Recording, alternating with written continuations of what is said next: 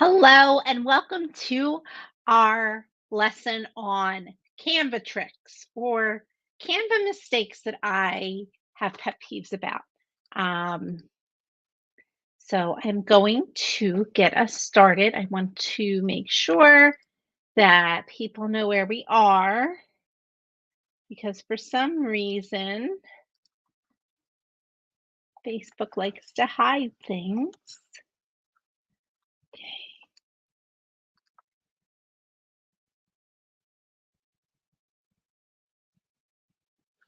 Okay, that work?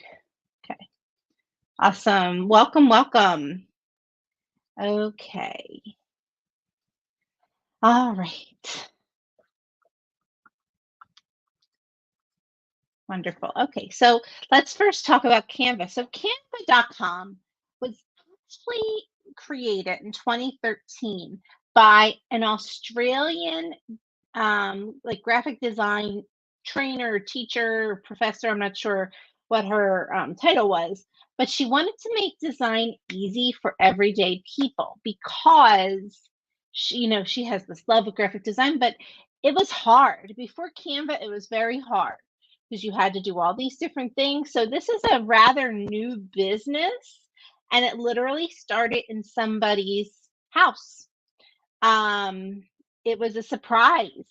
And actually, there's an episode of How I Built This. It's a podcast about how entrepreneurs built their business.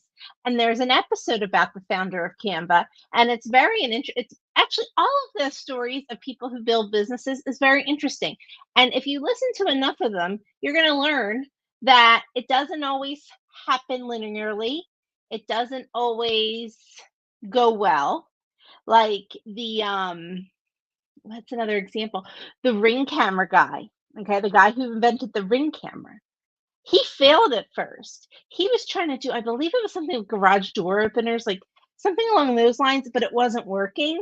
But then he stumbled upon, making these cameras. And look at that. Does everybody have a Ring camera at their door? A lot of people do. Okay. So anyway, if you've never heard of Canva, that's okay. It's a website. Oh my gosh, excuse me. This is like midday, but anyway. So Canva has different tiers. You can kind of see them down here. I use Canva Pro. It's like $120 for the year, but if you've never used it, you can start with Canva free. I find Canva Pro is very useful. Okay. But so anyway, when you come in, then you get to pick what kind of design you're making. Now, I have a lot of pet peeves with Canva. Now listen, if I were to show you like my projects tab, I have like probably 10,000 things in here because I use Canva for a lot. I use Canva to make these slides. um, but sometimes we overuse Canva. So this is even a special extra tip. Only make a graphic if you absolutely have to. I was at a Disney training in March, and they said that, and they're saying it again 'cause I'm going on a cruise AEP next week, saying it again. They want to see authentic video, like people want to see authentic videos of and on authentic pictures of the theme parks, of the experience. It's hard to get that into a Canva graphic. Okay. A lot of times it's very hard on the eyes. And so the examples I'm going to show you are where Canva can help you. Okay. But a lot of times, if you're showcasing like a room or a resort, it's better just to put like a carousel up of pictures or a video rather than making a Canva slide. So don't use Canva for everything. Okay. That's like tip 01. I guess that's 01. Okay. Use no more than two fonts, and they have to be complementary fonts. Okay. Now I'm going to actually get off of the slides for a second. Oh my gosh. Excuse me. I don't mean to yawn at you. I am not. I love talking about Canva. I can teach about Canva all day long. Okay. So this is when you go ahead and you start what's it called? Any kind of design. So I picked an Instagram. Now, picking which font can be overwhelming. Okay, so notice how I went over here to text And so let's just add a text box, okay? Now you can actually set like your favorite fonts. But here's the thing. You have to make sure, first of all, with fonts, you have to have one that's big enough to read. Well, both of them need to be big enough to read, but the text needs to be big enough that it stands out, okay? Because if it's really, really small, it doesn't grab attention, okay? You want it to be, if it's a graphic, you want it to be big. And then you also have to have complementary fonts. And what I mean by that is they go well together.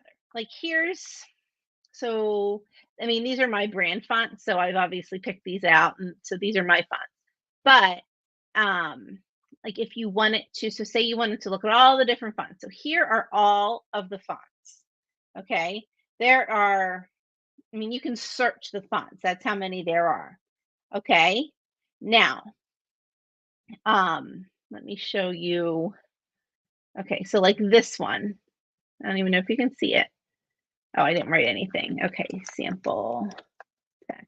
Now that's very pretty. Okay, that's very, very pretty. However, when you're selecting fonts in Canva, you want to make sure that everyone can read it.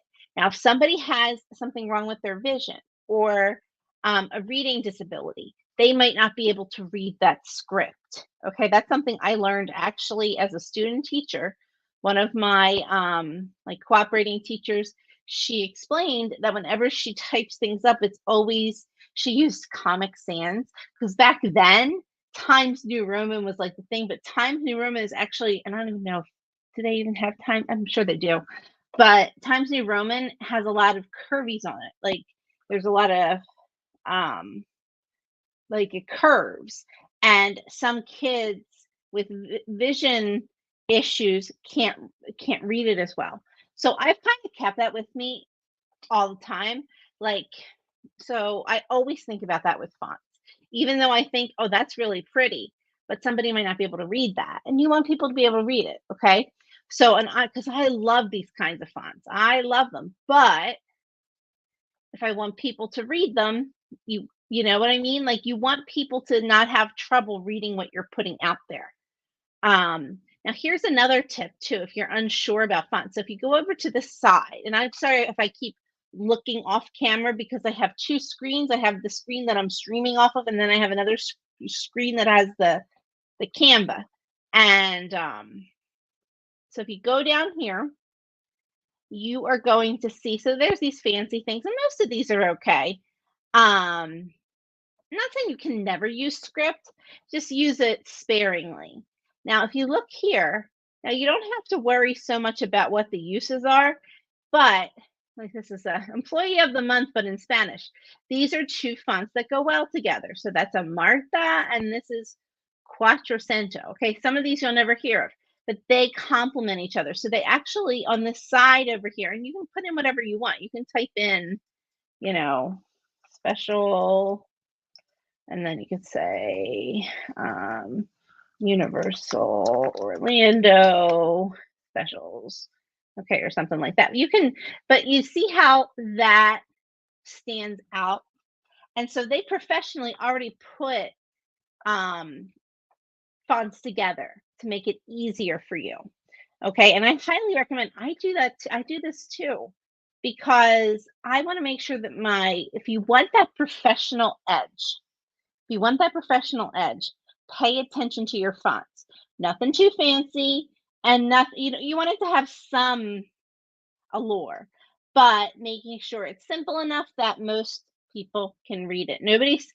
I'm not saying we're going to be experts in knowing what fonts, but just make sure it's simple. Okay. Like, and you can also take things while we're in here. I'm just going to show you, like, for example, you can do, let me just add a page. So we've got a fresh slate here. I love Canva and I love teaching Canva. So I'm just looking. So here's, for example, a menu. Now, you're not a restaurant. However, you could use this for, you can even get rid of the prices. And you have, you could use this for a document, things like that, okay? You don't have to use it even though it's a menu, you can make it, reuse it for yourself, okay? So now let's go back into the slides. Okay. So that's fonts. Now, the next thing I want to talk about is having a focal point. All right. A lot of people will make a graphic and there's too much going on. And actually, this is a good example. What I should have done with this one is made the question box a little bigger. Let's look at these differently. Your eye goes to the question, but it's sometimes overwhelmed by the balloons. Now, again, I am overthinking this. Yes, I am. But but this worked. This is actually a really good prompt in like a group. So I'm a member in a group where you can pay to advertise, and it's very inexpensive too. But so twice a month you can post, and there's so many people posting their businesses. But if you have a question and people answer it and you offer a prize to one person randomly, your post gets bumped. So this is an example of one I did earlier this month. How many times have you been to Disney? And so many people. And I said, answer can be any number. It can even be zero. That's okay. And that got a lot of engagement. Now, what I wish I would have done is what I did over here was see how I lightened the background of the picture. So I should have lightened this background a little bit and made this box a little bigger and the font a little bigger so it had a bigger focal point. But if you notice over here, so this is a cover for doing I'm participating in a gluten-free summit next month. So this was one of the bonuses for summit attendees is the gluten-free travel checklist. And so I had to make a cover for it. So I really like this background picture for travel. And I just made it very simple. One font, didn't make it fancy. I used a white rectangle behind the text. That way I can still use the background picture, but allow the text to pop. Okay. So that's having a focal point. What is my focal point here? It's the question. The background is nice because it tells it, okay, we're talking about Disney, it'll draw in. So I'm not saying about making this super, super bigger, just a little bit bigger. And maybe I like using the opacity tool to make the background a little less bright. So that way you can focus on your focal point. Okay. And now, what do I always say? People want to see your pictures. All right. They want to see you. So, this is a lead magnet that I have. There's another page I advertise with, and I actually decided instead of saying book your trip with me, blah, blah, blah, blah, blah, I decided to use my space for a lead magnet, a Disney planning cheat sheet, which goes over all kinds of different things. Okay. The who, what, where, when, of planning a Disney vacation. And then they're on my email list. Okay. So I can nurture that relationship. So I have the you want things that are recognizable. And notice how I did use the background on this one. This one I did a better job on. I will admit, this one I did very quickly because I realized it was like the posting day, like the business posting day. I was like, oh, I have to get something up. So I have to say, I really didn't put a lot of thought into that one, but it still worked out. See, it doesn't have to be perfect. Like I'm looking back and I'm like, yeah, I could have done this, I could have done that, but it still did its job. Okay, but then I put a picture of myself in destination because that will get people connected. And this is something I did for this page. One of the mini classes from the new year back when the Stanley hype was going on, and I talked about what lessons you can learn. Now, if you weren't here for that, that should still be in the art, that should still be in the video section of this page if you want to hear my insights on that. Although now the Stanley thing has died down, but for a while it was really crazy. So I took a lot of marketing lessons from that. But I put my picture on that because you want to connect with me. Okay. I'm the person doing the teaching. You want to see who is presenting. I am not a robot. I am a person who might sometimes yawn at 2 o'clock in the afternoon. I'm making these for 1 o'clock. Apparently, 2 o'clock is too late in the day. Okay, so those were the three tips: your font, your focal point, and then making sure you put a picture in, because nothing is worse than a generic graphic and nobody knows, it doesn't do anything to build that know, like, and trust. Point of marketing is to build the know, like, and trust factor. Okay. So make sure you're putting your picture in. And I wanted to remind you, I told you guys the other day, but this sales ends tomorrow. How to make social media. I am doing one-on-one sessions. So if you like how I teach and you feel like you could use some hand holding on doing something in Canva or setting up profiles or how to write, like, marketing writing. I've been doing this for 11 years, nearly 11 years, May 5th, 11 years. And I have built a very good business, and I teach other agents how I built it. And as a former Spanish teacher, I'm very good at doing step by step instructions. So I can walk you through all kinds of things when it comes to marketing. And normally my rate is $125 per hour. However, I am doing a spring sale. If you want to work with me one-on-one, and guess what? These have to be purchased by tomorrow, but you can use them until it says December 31st, December 15th. I don't work the last 2 weeks of the year. Okay, so December 15th. Um, so you have until December to cash them in. And so if you want to buy one, but you don't have time to really meet until July, that's fine. Okay. And you do there, and then if you buy like 3 or 5, you get it discounted even further. So this sale is on until tomorrow. So if you buy 5, you have to pay for them all now to get the discount. But then you have them to use whenever you want. So it is a great deal and a good investment if you want to take some time and there's something that's been nagging you that you're like, you want to do it, but you just quite don't know how. People send you video walkthroughs and you're still not getting it. We can go on Zoom, you can share your screen and I can walk you through it. If it has to do with Facebook, LinkedIn, Instagram, YouTube. The only thing I don't do is TikTok. I know nothing about TikTok. Emails, the Canva, okay? I can walk you through it as long as it's not TikTok.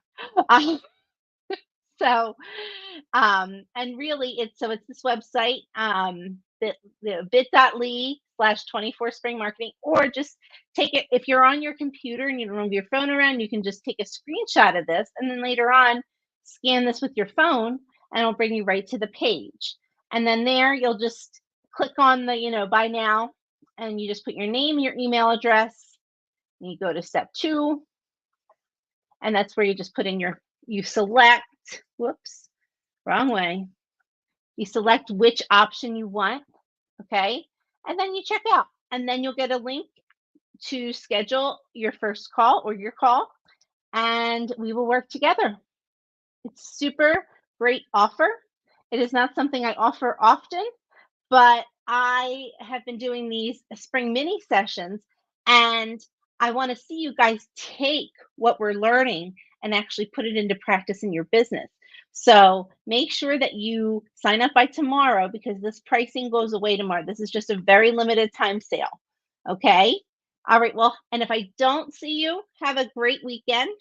And next week, I'm going to be on the Disney Dream on an AEP. So I'm going to try to go live a couple times, but I don't know when, or you know how your Wi-Fi is out. But I want to definitely drop in and talk about marketing on the ship. Like, okay, this is what we should be, some ideas for you. And I'll be coming right from the dream as long as, reception and things work. Okay. So have a great weekend. Have a great week. So there won't be any planned events next week as far as mini classes because I'll be on the cruise, but I might pop in. So keep an eye on the group. Okay. All right. Bye bye now.